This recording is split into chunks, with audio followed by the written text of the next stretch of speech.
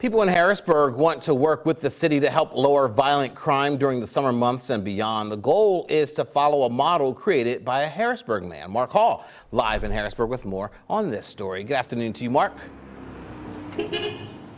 Well, good afternoon, James. The program, the Neighborhood Square Watch Group, was actually started by Barbara Allen, the late Barbara Allen, more than 20 years ago. And right now, Ron Johnson is currently leading the charge. Certainly the good news in Harrisburg is we haven't had any reported shootings in the past couple of weeks. So again, that's certainly good news across the board. Let's talk about Ron Johnson's effort. And of course, he is not doing this alone.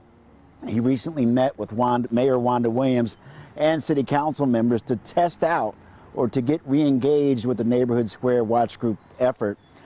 Historically, violent crime picks up in the summer months in Harrisburg, and the goal is to create safe spaces for children to play outside and allow older residents to sit on their porches when the warmer weather comes without having to witness any illegal activity or have to take cover if shots are fired.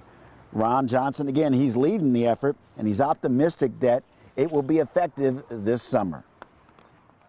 What really precipitated this was when I was watching one of the town halls over on Walnut Street, and a little boy had said that he was scared to come outside and play in front of his house. Well, I've been saying that for years, how this stuff has been escalating to the point where, remember, we did a report on my mother happened to run in the house at 85 years old from gunshots. No, we're not trying to do that no more.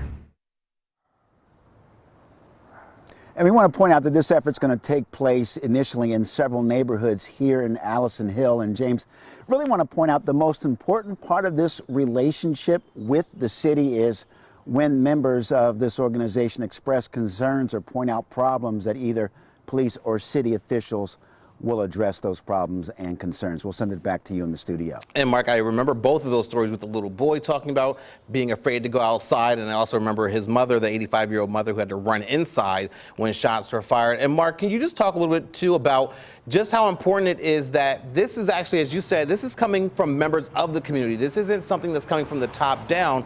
This is coming from the actual members there, people who live in those neighborhoods.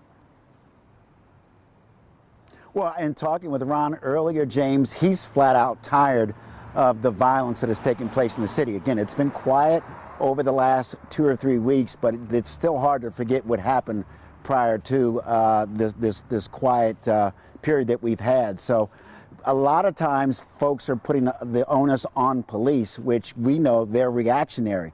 And a lot of these residents really want to take ownership of their communities and of their neighborhoods, and they want to report any suspicious activity, and they just want the violence to stop. So they're trying to, again, form these partnerships with the city, and Ron's optimistic that this is going to be effective. It's worked in the past. He's optimistic it's going to work in the future. Hopefully he is successful with that. Mark Hall live for us in Harrisburg. Thank you so much for that this afternoon.